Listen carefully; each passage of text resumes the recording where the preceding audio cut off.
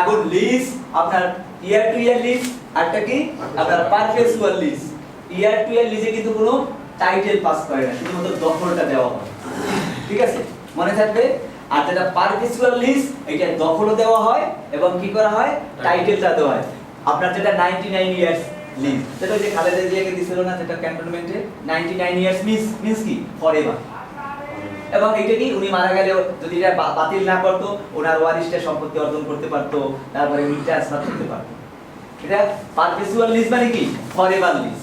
এবং এখানে ভাই হ্যাঁ টাইটেল চলে আসবে, হ্যাঁ টাইটেল এবং আপনার দখল দুইটাই। কিন্তু ইয়ার টু ইয়ার লিজে শুধুমাত্র কি আপনার দখলটা। এবার একটু বলেন তো অ্যাকুইজিশন এবং রিকুইজিশনের মধ্যে পার্থক্য কি বলেন তো? মানে অ্যাকুইজিশন মানে অধিগ্রহণ, যেখানে টাইটেল এবং পজিশন দুইটাই নেওয়া হয়। আর রিকুইজিশনের বাংলা হচ্ছে আপনার হুকুম দখল, যেখানে শুধুমাত্র দখলটা নেওয়া হয়, টাইটেলটা নেওয়া হয়। রিকুইজিশন যেমন গাড়ি রিকুইজিশন করে না, অর্থাৎ টাইম বিং আমার কিন্তু মালিকের কাছে ফিরিয়ে দেয়। আর অ্যাকুইজিশনে কিন্তু টাইটেল এবং পজিশন দুইটাই নেওয়া হয়। এইরকম আপনার এই যে ইয়ার টু ইয়ার লিজ এবং পারপেচুয়াল লিজ।